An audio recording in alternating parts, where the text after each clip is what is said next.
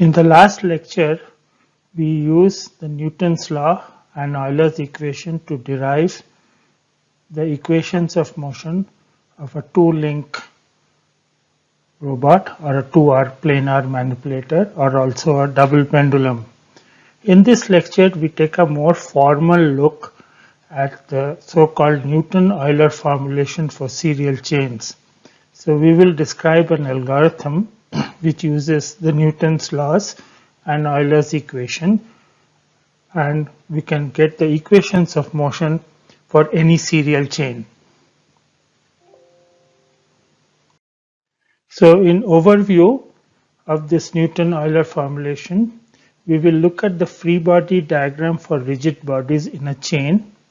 We will apply Newton's law and Euler's equation, and then we'll see how we can eliminate the reaction forces and moments, and then finally obtain the equations of motion. So let's look at where Newton-Euler formulation can be applied. So this is the schematic of a serial chain. So we have rigid body I minus 1, rigid body I plus 1, and all the way to end, which is the rigid body end, N. So this is the last rigid body in this chain, which starts from rigid body 0, which is fixed to X, Y, and Z. So this is the reference coordinate system. The first rigid body is fixed to this fixed base or the fixed reference coordinate system. In between any two rigid bodies, we have a joint. So between I minus 1 and rigid body I, we have a joint I. Likewise, there is a joint I plus 1 between rigid body I and I plus 1. Okay, and we also assume that this is rigid body I minus 1. There is an external force Fi minus 1 which is acting on this. Similarly, there can be a external moment Ni minus 1 which is acting on this rigid body I minus 1. So these are vectors. Okay, 3 by 1 vectors. Likewise, for rigid body I, we have a moment Ni and a force Fi which is acting. So in this schematic of a serial chain, one end is fixed, one end is free. As I mentioned, the fixed end is with this XYZ coordinate system. The last rigid body is the nth rigid body. It is shown by this curly bracket n. And these rigid bodies are connected by joints. So in the Newton-Euler formulation, we will assume that the joints are rotary or prismatic joints. So rotary allows rotation between two connected rigid bodies, and prismatic joint allows relative translation between the two connected rigid bodies. The force Fi and moment Ni acts on the rigid body I, as I have mentioned, and we will look at the free body diagram of rigid body I. So in this example schematic, I am showing you one rigid body which is link I. One end there is one joint and the other end there is another joint. So between two rigid bodies there is joint, or at the two ends of a single rigid body there are two joints. Both mean the same thing. And we will assume that the rotary joint is here or a translatory joint is on this joint, and then this Zi axis is along the joint axis. So Xi is one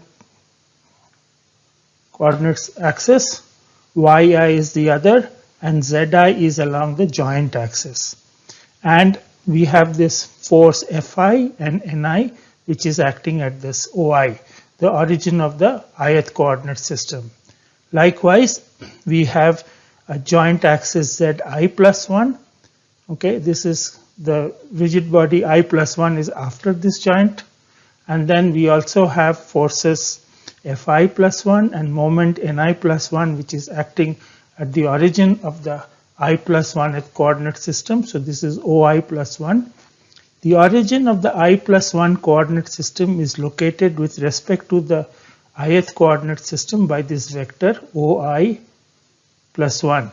Okay, so this is a vector from one origin to the next origin, and again we have one x-axis, a y-axis, and a z-axis for the rigid body I plus 1. So in this example, we are showing the two intermediary rotary joints. These joints could have been also translatory joints.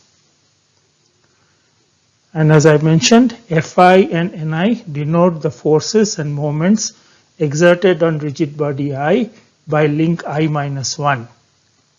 So the I minus 1 link is before this joint. The center of mass of rigid body I is located at some vector I PCI with respect to OI, so some point here. A coordinate system is attached to the center of mass, which is denoted by Ci.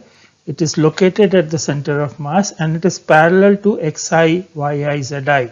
So basically we take this coordinate system Xi, Yi, Zi with OI and shift it in a parallel way to the center of mass.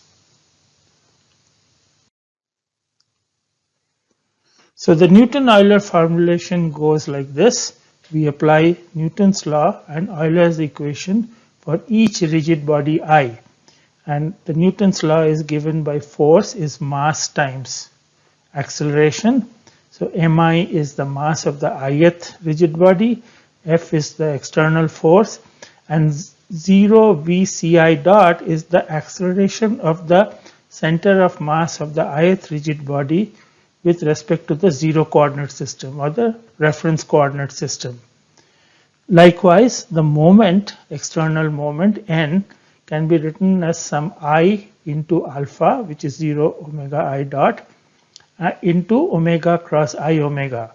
And in both of these, you can see that the acceleration and the angular velocity, they are with respect to the zero coordinate system or the fixed reference coordinate system. And the inertia is with respect to the center of mass, which is what the Ci is showing, with respect to a coordinate system which is also fixed at the center of mass. So in order to use these right equations, or we want to substitute what is acceleration and angular velocity and angular acceleration, we have to start from position and orientation. Then we have to go to velocity of each link, and then we have to go to acceleration of each link. To obtain the position and orientation of any link with respect to the zero or the fixed reference coordinate system, we go back and use this 4x4 homogeneous transformation matrix. Okay, we had discussed this. So this homogeneous transformation matrix, the top 3x3 contains the orientation of rigid body I with respect to I minus 1, and the last column, the 3x1 vector, contains the position of the coordinate system attached to rigid body I with respect to the rigid body I minus 1. Okay, so this we can obtain. The linear and angular velocity can be computed using propagation formula. This was also discussed last week. So basically what we have is we start with the fixed base, which we know zero velocity and zero angular velocity. Okay, and then we go to the next link, and if there is a rotary joint, then theta dot is added. If it is a prismatic joint, then the linear velocity is changed with di dot. So we had derived these propagation formulas. Starting from a fixed base, we could find the linear and angular velocity of each link, okay, as we go along the chain. So we will use those propagation formulas. So just to recapitulate, for a rotary joint, the propagation formula was the following. So if you have the angular velocity of I minus 1 rigid body with respect to its own coordinate system, then we can find the angular velocity of the ith rigid body, the next rigid body in its own coordinate system, by this formula. it tells you that we have to pre-multiply this angular velocity with the rotation matrix I to I minus 1, and then we have to add this angular velocity at the rotary joint, which is theta dot 0, 0, 1. Remember, the joint axis is along the z-axis, so hence it is theta dot 0, 0, 1. The linear velocity of the origin of the ith coordinate system, or the linear velocity of the point in the rigid body I at the origin of the coordinate system, is again the linear velocity of the I minus 1th rigid body plus some omega cross r. Okay, so I minus 1 OI locates the origin of the next rigid body with respect to the previous rigid body, the origin of the coordinate system attached to the previous rigid body, and this is the angular velocity. And again, in the propagation formula, we pre-multiplied by some rotation matrix, so it looks like this iterative form. Okay, so what we will do is we will put some I equals, let's say 1, which will be 0 omega 0, and we find out 1 omega 1. Similarly, I equals 0 will give me 1 V1, and so on. Then I equals 2, then 3, and so on, all the way to the last rigid body n. So for prismatic joint, we have omega is same. So the previous link I omega I minus 1 will be same as the I omega I of the next link, because a prismatic joint does not allow relative rotation. It only allows relative translation, which is what is shown here. The linear velocity of the next link, the origin of the next link, will be the linear velocity of the origin of the previous link plus some omega cross r plus what is happening at the translatory joint or the prismatic joint, which is d dot 0, 0, 1. And again, the joint axis is along the z-axis, so that is why we have this 0, 0, 1. The acceleration of an arbitrary point on the rigid body I, we can differentiate the velocity with respect to time. So if it were a rotary joint, we could differentiate this. And then what we will see is that the velocity of this point P, when you differentiate, and you will get acceleration of this point P, it is nothing but the acceleration of the origin plus the relative acceleration plus some 2 omega cross V relative plus alpha cross r, and then omega cross r. So we had looked at this equation earlier.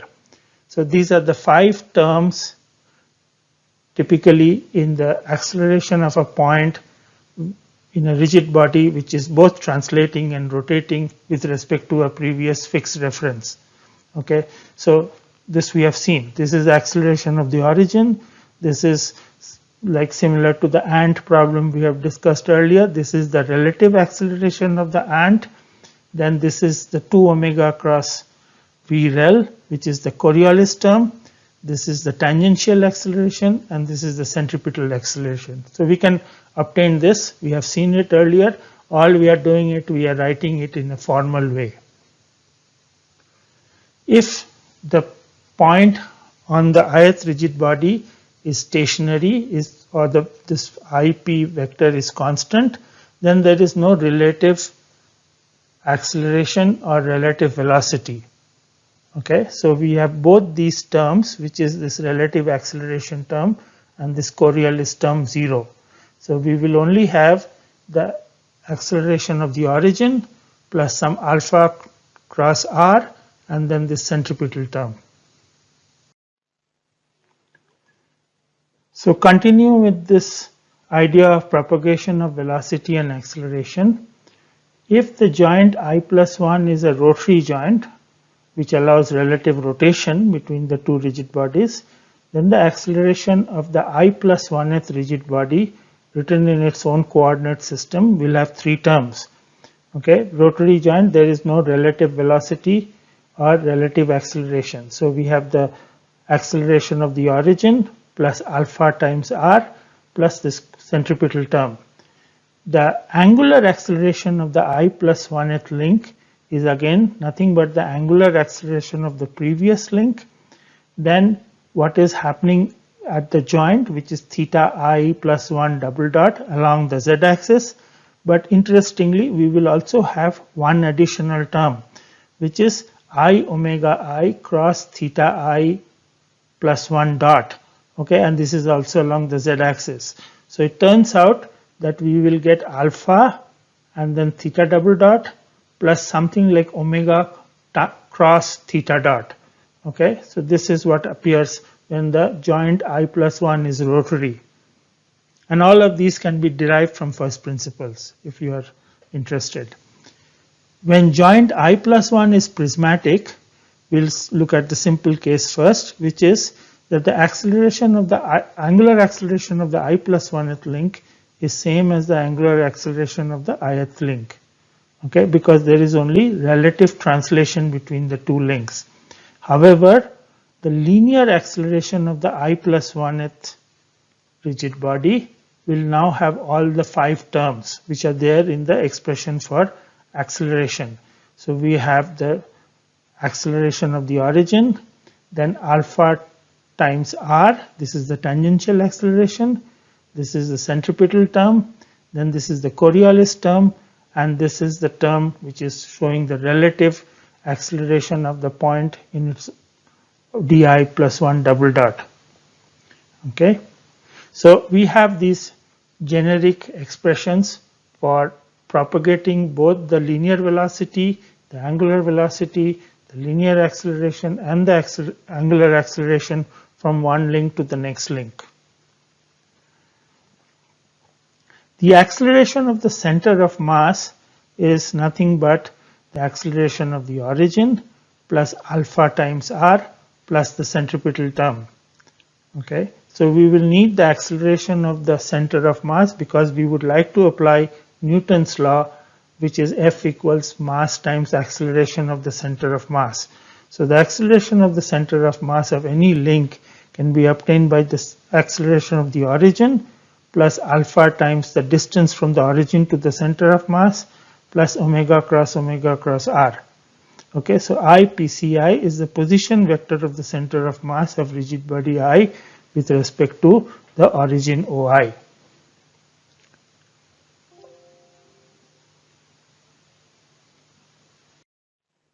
So let us continue with this Newton-Euler formulation. We have the propagation formulas for position and orientation of rigid body, basically using 4x4 homogeneous transformation matrices. And then we need the outward iterations for velocities and acceleration, which is given in this algorithmic form. So we start from I equals 0 and we end at n minus 1, because for n minus 1 the left hand side will give the nth position linear and angular velocities and acceleration. So what do we have? And this is for rotary joint. We are showing you these examples. We need to change these formulas if there is a prismatic joint in between. But nevertheless, the angular velocity of the I plus 1th link can be written in terms of the angular velocity of the ith link plus the rotation or angular rate at the rotary joint. The angular acceleration of the I plus 1th link can be written in terms of the angular acceleration of the ith link, then this term of omega cross theta dot, and then theta double dot I plus 1. The acceleration of the origin of the I plus 1th link, the linear acceleration, is again 3 terms, which is the linear acceleration of the origin plus the tangential term, which is alpha cross r, and then this is the centripetal term. The acceleration of the center of mass of the I plus 1th link can be written in terms of the acceleration of the origin plus omega cross r plus omega cross r. Okay, so with these formulas I can start with some I, and if we substitute what is happening on the right hand side, we'll get the terms in the left hand side. Once we have this linear acceleration of the center of mass, then the angular velocity of the ith link and alpha of the ith link or the angular acceleration of the ith link, then we can apply Newton's law. So what the Newton's law says is that the external forces is nothing but mass times acceleration. This is what is written here. And we are writing it with all this superscript and subscript because it is in the form of a outward iteration. So I can start with I equals 0 and end with I equals n minus 1 actually, sorry. So we end with I equals n minus 1. Similarly, the external moment is nothing but I into alpha plus omega I omega. Okay, so this is Euler's equation. This is Newton's law and this is Euler's equation. So we can apply both of these. We know the right hand side because from this outward iteration I know what is omega dot, I know what is omega, I know what is the acceleration of the center of mass, so I know what is the right hand side here. We know of course what is the mass and what is the inertia matrix. So if I substitute all these things on the right hand side, I will get the force and the moment which is acting on the link I plus 1. Once I know what is this force and the moment which is acting on a link, this is called the outward iteration. So we start with position, then velocity, then acceleration, and then we compute the forces and moments using Newton's law and using Euler's equation. So we have used basically some kind of a free body diagram in addition to what are these propagation equations. So once we have these forces and moments which are acting on the ith link, we go backwards. Okay, so this is called inward iteration. So we start with I equals n and then we go backwards. So what is I at for nth rigid body? So the IFI will be nothing but what is the external force which is acting on the link n plus what was the result of the application of Newton's law. So we have this last rigid body which is rotating and accelerating and so on. So based on Newton's law we can find the F equals ma. So we know ma. Similarly, Euler's equation, moment is equal to I alpha plus omega cross I omega. So I know the right hand side which is Fi and Ni, and then we can find what is the external force which is acting at the end. So if the robot is pushing something or if there is some external force which is acting on the last link, then we substitute it here and then we find what is the force acting on the ith link. Similarly, we find the moment which is acting on the ith link based on what is the external moment obtained from Euler's equation, then the r cross f which is the moment of this external IFI which is coming from here from Newton's law, and then we have these two terms which is the external moment which may be acting on the last link and the external force which may be acting on the last link. So once we have the right hand side from the outward iteration, we can use these expressions to obtain what is the force at the moment which is acting at the origin of the ith link. Okay, so for I equals n, we know what is the force and moment which is acting at the coordinate system which is fixed at the nth link. The last step in this Newton-Euler formulation is to find the torque which is acting on the ith link. So the last link, there is a joint. Okay, between the nth link and the n minus 1th link, there is a joint. We assume that for the moment that joint is a rotary joint. So if it is a rotary joint, the z component of the rotary joint is given by some motor or some torque. Okay, so the torque which is acting about the z axis is the z component of this INI which we have computed.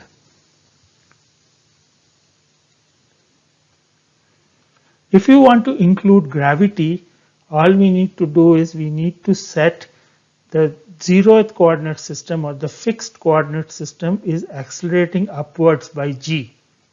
Okay, so if it is accelerating upward by g, all the outward propagation formulas for acceleration would now see this g. Okay, so hence all the links will see the effect of gravity. So this algorithm which I showed you, that first we position, velocity, then acceleration, and we go outwards, which was the outward iteration, and then we use Newton's law, and then we use Euler's equation to find this Fi and Ni, and then we use free body diagram and we go backwards. So we find what is the net force which is acting at the origin of the ith link, and the moment which is acting at the origin of the ith link, and then we say that the torque which this rotary joint is giving by means of a motor or some other means is the z component of the moment.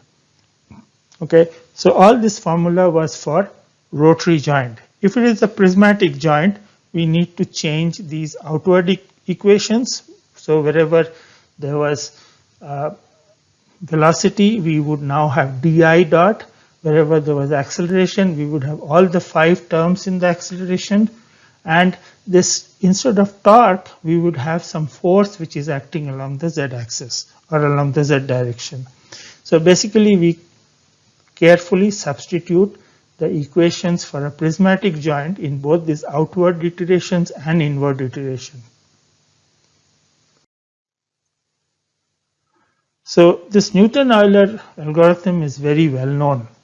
It is very, very efficient, and it has been used extensively in many fields. So for example, in robotics, the reason is you can show that this Newton-Euler algorithm has O(n) complexity. So this means that this is a computer science terminology, which means that the complexity increases linearly with n, where n is the number of links. Okay, so, and you can think of it this way, that the computation in the Newton-Euler formulation is performed only once for each rigid body in the chain. So you are going outward once and then you are coming back. Okay, there are no loops and there is no iteration for each rigid body. If there were iterations, then it will not be linearly increasing with number of links. Okay. So the number of multiplication and addition is proportional to n, okay, which n here stands for the rigid body. So if you have a serial chain with, let's say, 6 rigid bodies, and you get so many multiplications and additions, if the number of links goes to 12, then the number of multiplication and additions will become twice. Okay, it will not become n square. It will not become 4 times or n cube.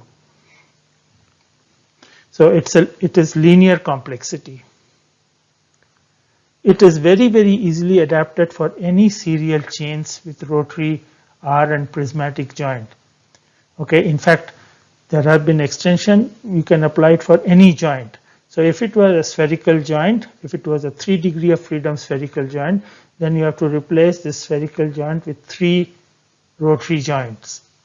Okay, but originally the Newton-Euler formulation was mostly for rotary and prismatic joints, and it can be very easily adapted to find the equations of motion for any serial chain. The other very, very useful thing in this Newton-Euler formulation is we can compute the net force Fi and the net moment Ni, which is acting at the origin of the ith link. Okay, so this Fi has 3 components, Fx, Fy, Fz. Similarly, Ni has 3 components, Nx, Ny, and Z. So the Z component of N was the motor torque. But we can also find what is Nx and Ny. We can also find out what is Fx and Fy. Okay, so we can find out all the components of reactions at the joints, and this is very useful for design. So if I want to find what is the bearing which I should use for any such serial chain, I need to know all the components. I need to know Fx and Fy, okay, sometimes even Fz, or I need to know the other bearings. So then I can go about choosing what is the bearing at each joint, okay, because the bearing must overcome the friction, and also it should overcome the reaction forces.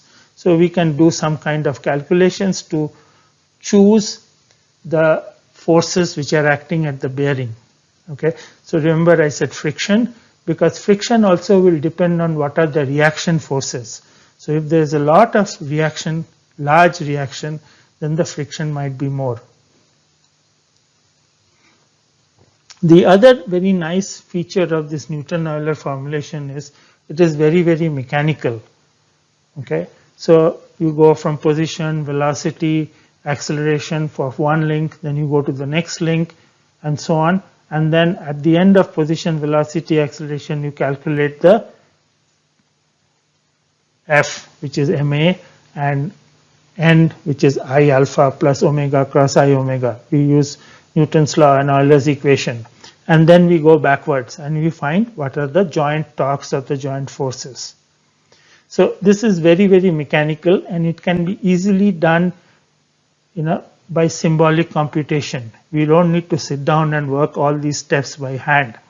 In fact, there are computer algebra systems, and I will show you one which is called Maple, which can be very easily used to compute all the steps one by one, symbolically, not using numbers. And eventually we can end up with the equations of motion. And it is extensively used in robotics. It is extensively used in many other places which have serial chains. So let's look at an example. So we will take our simplest possible example of a planar 2R manipulator. Remember, we had worked out the equations of motion using very basic mechanics, which was Newton's law and Euler's equation. Okay, so we looked at some of the external moment was I times alpha and so on, and then we could eliminate the reaction forces at these joints, and then we derive the equations of motion. Now I want to take the same example and go through the steps of this Newton-Euler formulation, and I will show you obviously that the equations of motion are same. So what do we have? We have 2 degrees of freedom, we have 2 links, and there are 2 rotary joints. So this is the fixed base with 0, 0. This is the origin of the fixed coordinate system, x and y. Then we have 1 link, and again theta 1 and theta 2 are the rotations at the rotary joints. And just like before, we have m2 is the mass of second link, r2 is the location of the CG, I2 is the z component of the inertia matrix, L2 is this length, and so on. Okay. So for rigid body 1, we have M1, R1, I1, which is the Z component, and L1. And for rigid body 2, which is M2, R2, I2, and L2. Theta is the rotation of the first 2 joints, theta 1 and theta 2, and tau I equals 1 and 2 are the torques which are being given by this at these joints by motors, let's say. The axis of these R joint, which is here and here, they are parallel and they're coming out of the page. So this is the Z axis, this is X, Y, and if you use the right hand rule, the Z axis is coming towards you. So let's do the recap of the propagation formulas. So we have angular velocity of the ith link is related to the angular velocity of the I minus 1th link plus some theta dot. Similarly, linear velocity of the ith link, which means linear velocity of the origin of the ith link, is nothing but the linear velocity of the I minus 1th link plus omega cross r. The acceleration is similarly acceleration of the origin plus alpha times r plus omega cross r. And angular acceleration is the angular acceleration of the previous link plus this omega cross theta dot and then theta double dot along the z-axis. So these are the four propagation equations which we will use.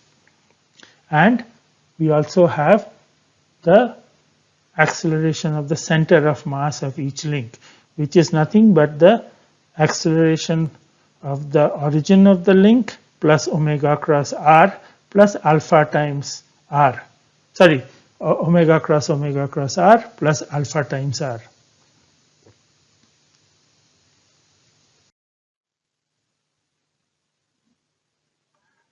So let us continue. We have this 2R planar 2R manipulator. 0 is the fixed reference, and if you have 0 as the fixed reference, nothing is moving. So the angular velocity of the 0th coordinate system is 0, angular acceleration is 0, the linear velocity of the origin of the 0th coordinate system, which is this point, is 0, and the acceleration of the origin of the 0th coordinate system is g. Remember, we want to also capture the effect of gravity, and if you want to capture the effect of gravity, we have this base accelerating upwards by g. G here is 9.81 meters per second, and it is along the y-axis. So for I equals 1, we use this propagation formulas, which was I1 omega 1 will give me 0, 0, theta 1 dot. 1 B1 will be 0. 1 A1 will still be 0. 1 alpha 1 is 0, 0, theta 1 double dot. The acceleration of the center of mass of the first link is GS1 minus R1 theta 1 dot square. The y component is GC1 plus R1 theta 1 double dot 0. Here we can see that it looks okay, right? That the center of mass here, which is here, there will be a Coriolis term, which is R1 theta 1 dot square, which is going towards, and then there will be a tangential term, which is R1 theta 1 double dot. And then of course we have G, which is coming down, but now we have this sine theta 1 and cos theta 1, okay? Because we are rewriting all these terms in its own coordinate system. The Newton's law tells me that the force F1 will be mass times this acceleration, and that is exactly what is written here. So we take this acceleration vector and multiply by m1.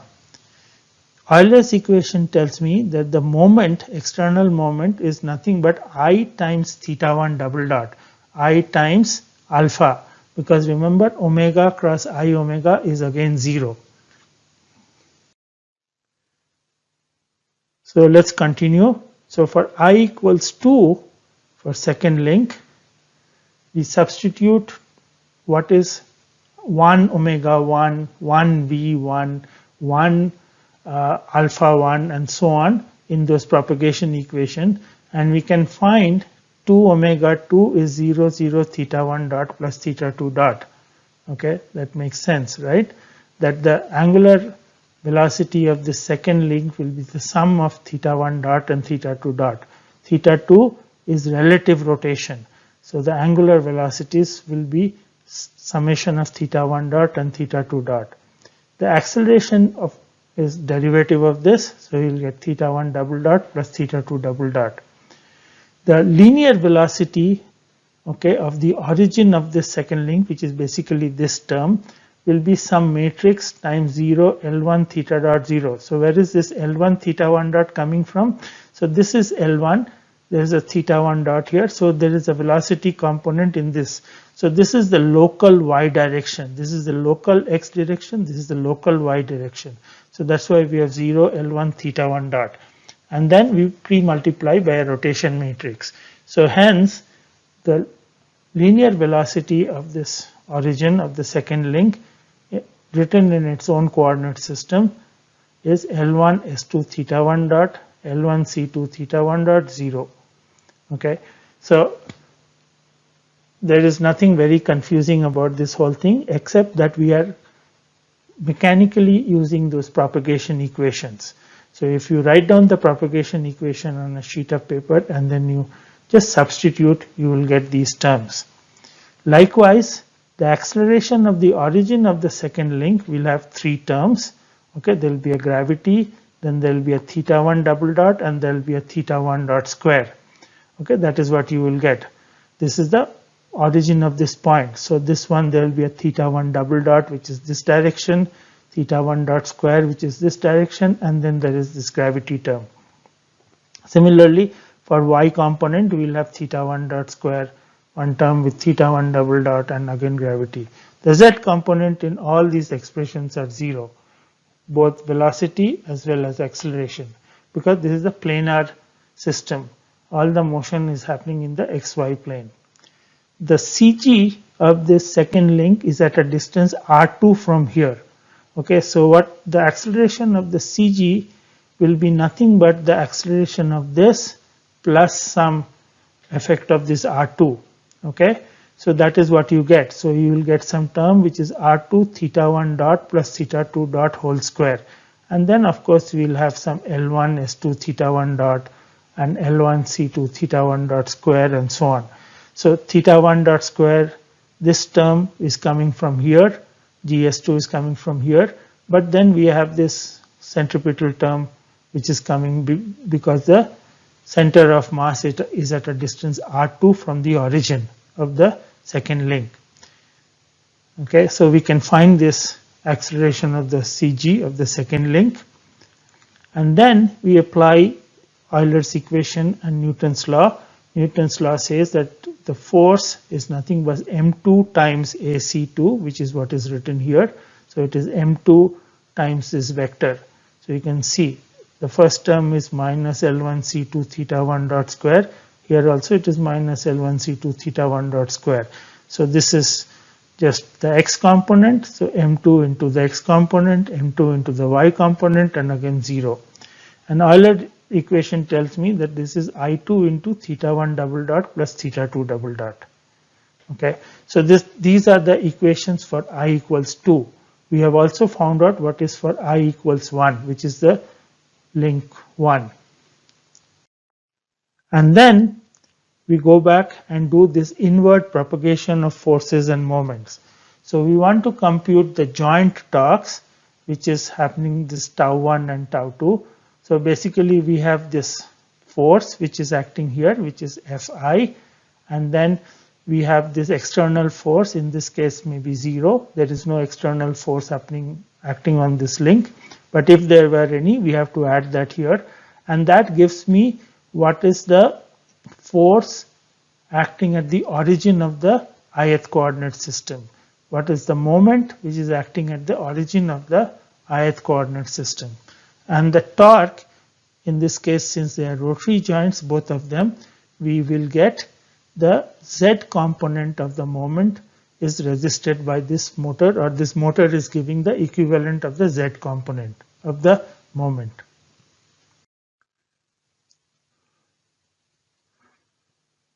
Okay, so for I equals 2, we have 2F2 is nothing but 2, 3R, 3F3, 2F2. So there are no forces which are acting on the third link in this example. If there are force and a moment, external force and moment which is acting on this link, then we have to take those into account here. So if these two are 0, 2F2 is nothing but this. 2F2 is nothing but capital F2, which is mass times the acceleration. And 2N2 is nothing but the I times alpha, whatever, you will get these terms. Okay, so I2 into theta 1 double dot plus theta 2 double dot plus M2 L1 R2 theta 1 dot square and so on. Okay, so this is like the alpha and the omega part. So the torque at joint 2 is nothing but the z component of N2. So this is 2N2 dot product with 0, 0, 1, which is the z component. And hence we will get this last 1, 2, 3, 4 terms. So tau 2 is I2 into theta 1 double dot plus theta 2 double dot plus M2 L1 R2 S2 theta 1 dot square plus m2 L1 R2 C2 theta 1 double dot plus m2 R2 square theta 1 double dot plus theta 2 double dot, and then this gravity term which is m2 G R2 C12. Okay, so this is the equation of motion for the one of the two equations of motion, which is tau 2 is given by some I into theta double dot plus some Coriolis term and some gravity term. So likewise for I equals 1, we have 1 F1 is nothing but 1 capital F1 plus this 2 F2. So inward propagation. So the force which is acting at the origin of the second link will be seen at the origin of the first link, which is this. Okay, and then 2F2 and 1F1 is known from the previous step. So the moment which is acting at the origin of the first link is given by this is from Euler's equation. This is the moment of this force F1, and these are the force which are coming from the second link to the first link. Okay. So hence the joint torque is nothing but 1 N1 dot 001. So we know what is 2F2, we know what is 1F1, we know what is 1N1 from Euler's equation. Then we substitute everything here, and then we take the z component of 1N1 and you will get tau 1 is given by this. Okay, so this is the second equation for this planar 2R manipulator. So the first equation said tau 2 was something. Now we have tau 1 is equal to theta 1 dot double dot into some terms here, theta 2 double dot into some terms here, and then we have this 2 theta 1 dot theta 2 dot square, and then some gravity term. Okay. So what do we have finally for this two link system, two links connected serially by rotary joints?